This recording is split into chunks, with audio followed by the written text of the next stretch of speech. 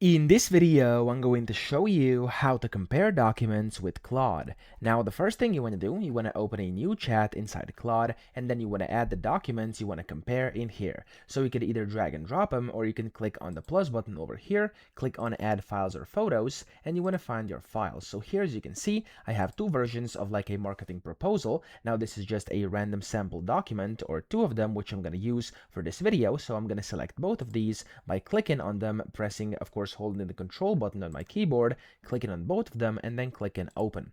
Now when you do this, it's going to open the documents just like this, as you can see, and then to compare them, you want to simply type in whatever you want. So for example, please compare these two documents. I would like to know the key difference, okay? The key differences, for example, okay?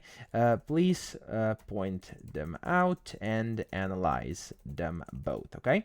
So let's say that's what I want. I want to compare it. I want the key differences, etc. So I'm just going to click on this button to send over here. Now it's going to start analyzing and reading through the documents, and within literally a few seconds, you should be getting your answers. So as you can see, it says gathering my thoughts, be right there. It's going to do that like in just a few seconds. You'll see kind of the comparison of your documents. Now this could be any document which is supported inside here. I have PDFs because that was the easiest for me, but of course could be any other thing as well. There we go. As you can see, it's going to give you a detailed comparison of the two proposals. There we go. As you can see, these are kind of the campaign goals. You can see what's basically said in the first version and then the second one over here, and it's going to basically give you a breakdown of how they compare and what differences there are, okay, which is extremely convenient. Now if you have any more questions, you could also ask it, and it's going to tell you exactly what you want. So I hope this video helped you out. If it did, please subscribe to the channel and help me out as well.